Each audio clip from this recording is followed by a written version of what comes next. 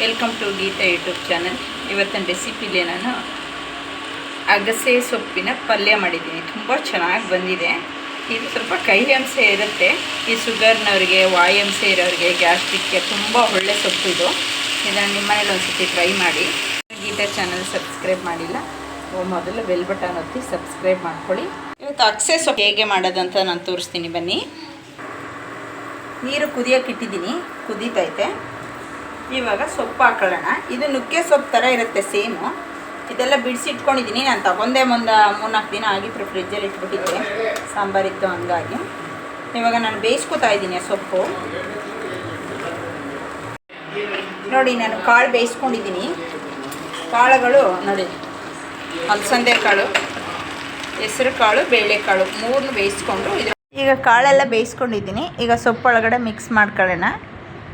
ಆಮೇಲೆ ಒಂದು 1/2 ಅವರ್ ಬೇಯಲಿ. ಬೆಂದಾದ್ಮೇಲೆ ನಿಮಗೆ ಯಾವ ರೀತಿ ಒಗ್ಗರಣೆ ಮಾಡೋದು ತೋರಿಸ್ತೀನಿ. ನೋಡಿ, ಇವಾಗ ಈರುಳ್ಳಿ ಎಲ್ಲ ಹುರ್ಕೊಂಡಿದ್ದೀನಿ. ಎಣ್ಣೆಯಲ್ಲಿ ಫ್ರೈ ಮಾಡಿಕೊಂಡು 4 ಸ್ಪೂನ್ ಎಣ್ಣೆ ಹಾಕ್ಕೊಂಡು ಈರುಳ್ಳಿ ಚೆನ್ನಾಗಿ ಫ್ರೈ ಮಾಡ್ಕೊಂಡಿದ್ದೀನಿ. ನೋಡಿ, ಈ ಥರ ಸೊಪ್ಪು ಬೇಯಿಸ್ಕೊಂಡು ಈ ಥರ ಇಟ್ಕೊಂಡಿದ್ದೀನಿ. ಇದು ಸ್ವಲ್ಪ ಕಹಿ ಅಂಶ ಇದೆ. ಈ ವಾಯಂಶ, ಗ್ಯಾಸ್ಟ್ರಿಕ್ಗೆ ಭಾಳ ಒಳ್ಳೆಯದು ಇದು ಸೊಪ್ಪಿದು. ಇದನ್ನು ನೀರನ್ನ ಬೇಯಿಸ್ಬಿಟ್ಟು ಬಗ್ಗಿಸ್ಬಿಟ್ಟಿದ್ದೀನಿ. ನೀರು ಹಾಕಿದ್ರೆ ಸ್ವಲ್ಪ ಕಹಿ ಅಂಶ ಜಾಸ್ತಿ ಇದೆ, ತಿನ್ನೋಕ್ಕಾಗಲ್ಲ. ಹಾಗಾಗಿ ನಾನು ಬೇಯಿಸ್ಕೊಂಡು ನೀರು ಬಗ್ಗಿಸ್ಬಿಟ್ಟಿದ್ದೀನಿ. 1 ಸ್ಪೂನ್ ಬೇಳೆ ಸಾಂಬಾರು ಪೌಡ್ರ್ ಹಾಕ್ಕೋತಾ ಇದ್ದೀನಿ. ಈಗ ಈರುಳ್ಳಿ ಒಳಕ್ಕೆ ನಾನು ಇವಾಗ ಕಾಯಿ ತುರ್ಕೊಂಡಿದ್ದೀನಿ, ಅರ್ಧ ಹೋಳು ಹಾಕೊಳ್ಳೋಣ. ನಾವು ಹೇಗೆ ನುಗ್ಗೆ ಸೊಪ್ಪು ಒಗ್ಗರಣೆ ಮಾಡ್ಕೋತೀವಿ ಸೊಪ್ಪುಗಳೆಲ್ಲ, ಅದೇ ರೀತಿಯೇ ಇದು. ತುಂಬ ಚೆನ್ನಾಗಿರುತ್ತೆ. ಸ್ವಲ್ಪ ಕಹಿ ಅಂಶ ಅಷ್ಟೇ.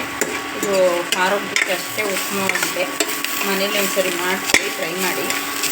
ಬೇಯಿಸ್ಬಿಟ್ಟು ನೀರನ್ನ ಬಗ್ಗಿಸ್ಬಿಡಿ ಅದನ್ನು. ಇವಾಗ ಸೊಪ್ಪು ಮಿಕ್ಸ್ ಮಾಡ್ಕೊಳ್ಳೋಣ. ಅದು ಇವಾಗ ರೆಡಿ ಆಯಿತು. ಒಗ್ಗರಣೆಗೆ ಹಾಕ್ಕೊಂಡಿದ್ದೀನಿ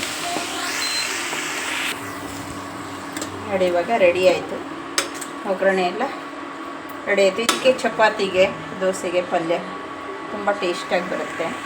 ಟೇಸ್ಟಿಯಾಗಿ ಮಾಡ್ಕೊಳ್ಳಿ ನೀವು ಒಂದ್ಸರಿ. ಲೈಕ್ ಮಾಡಿ, ಶೇರ್ ಮಾಡಿ, ಕಮೆಂಟ್ ಮಾಡಿ. Okay, thank you.